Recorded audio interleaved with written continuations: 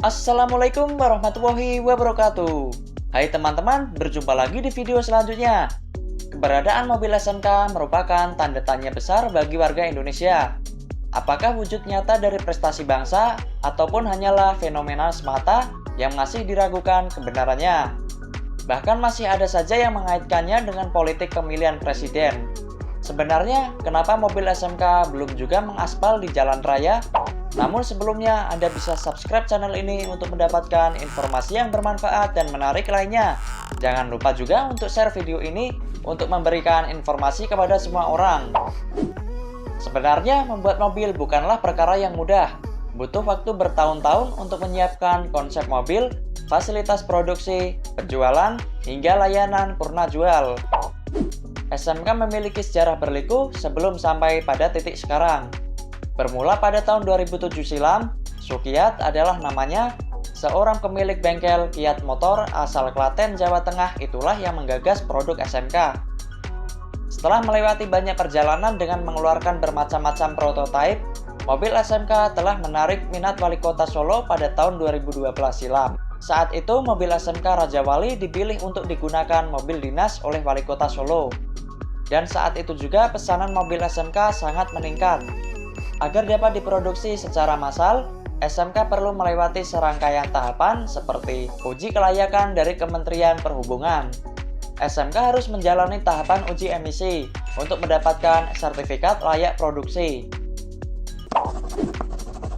Mobil harus diuji daya tampung kendaraan, kinerja semua perangkat, hingga kinerja mesin untuk mendapatkan kelayakan produksi. Meskipun pernah gagal dalam tahapan ini, namun beberapa tipe mobil SMK berhasil lolos dan mendapatkan izin produksi. Setelah kendaraan lolos dalam tahapan ini, maka mobil tersebut berhak mendapatkan STNK dan BPKB agar bisa dipasarkan di masyarakat umum. Selain itu, SMK juga harus mengurus perizinan dari Kemenkumham. Sangat proses yang panjang. Melakukan pendaftaran tipe kendaraan bermotor di Kementerian Perindustrian. Untuk dapat memproduksi produknya secara massal, SMK juga harus menjalani perizinan yang dimulai dari pengurusan NIK, nomor identifikasi kendaraan bermotor atas kendaraan yang diproduksi. Mendapatkan investor dan rekan kerjasama. Mengingat SMK merupakan perusahaan murni swasta, segala yang berkaitan dengan modal merupakan murni mandiri dari diri sendiri, alias tidak ada dana maupun bantuan dari negara sebesar pun. Jadi yang masih beranggapan bahwa produk ini ialah ajang untuk kepentingan politik saja, itu salah besar. Dan sekali lagi, mobil ini bukanlah mobil nasional seperti yang diberitakan. Mobil ini merupakan mobil yang diproduksi di Indonesia. Peran pemerintah sebenarnya hanyalah mendukung produktivitas warganya. Namun masih ada juga yang menyebutnya sebagai pencitraan. Memperhitungkan segala kesiapan sebagai produk yang layak edar. Mobil bukanlah produk ringan seperti jajanan batagor maupun bakso. Perlu kesiapan kualitas kelayakan pada produk yang dibuatnya. Ibarat jika mau menjual nasi goreng, kita harus tahu bumbunya apa saja, takarannya bagaimana, dan sebagainya, agar barang yang kita jual sesuai dengan yang diharapkan. Inilah yang sedang dikerjakan oleh SMK. Alias tidak mau terburu-buru dalam mengedarkan produknya.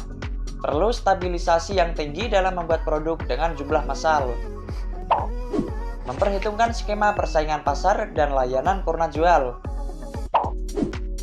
Perhitungan pasar juga sangat penting dalam sebuah perusahaan yang bergerak di bidang otomotif.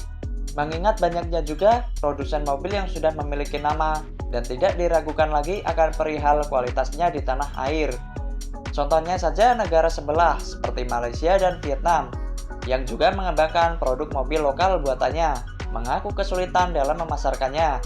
Mengingat produsen mobil asing seperti Jepang, Eropa, hingga Amerika telah memiliki eksistensi terlebih dahulu daripada produk yang mereka buat.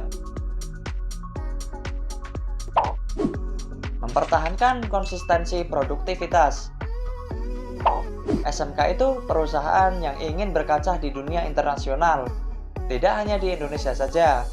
Jadi target penjualannya bukanlah untuk pemesan saja. Ketika membuat sebuah prototipe, SMK memikirkan 1000 keputusan. Apakah produk mobil yang seperti ini layak, aman, dan akan diterima oleh pasar dunia atau tidak? Kualitas desain, kenyamanan penumpang, dan kelayakan mesin menjadi bahan pertimbangan pihak SMK agar produknya tidak menjadi produk gagal ketika diproduksi secara massal. Apabila dirasa gagal bersaing dengan produk lain, atau produk yang kebetulan mirip dengan mobil lain, seperti dianggap mobil Cina, maka SMK dapat memperbaikinya dengan cara tidak memproduksinya secara massal, dan terus mengembangkan inovasi-inovasi terbarunya dari kesalahan itu. Ada banyak persiapan dan perhitungan yang harus diperhatikan untuk produk layak edar. Namun tetap saja kreasi yang berpotensi membawa nama tanah air di kancah internasional ini sering menjadi candaan suasana pilpres. Padahal SMK ini murni perusahaan swasta dengan modal sendiri dan tanpa bantuan campur tangan dari pemerintah. Dan sebenarnya juga merupakan kewajiban pemerintah untuk mendukung setiap usaha yang berpotensi bagus dari rakyatnya.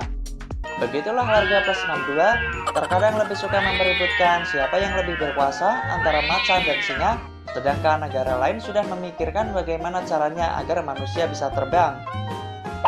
Dan begitulah SMK, gagal dicaci maki, sedangkan ketika berhasil tidak dipuji. Sekian dari video ini dan sampai jumpa lagi di video selanjutnya. Wassalamualaikum warahmatullahi wabarakatuh.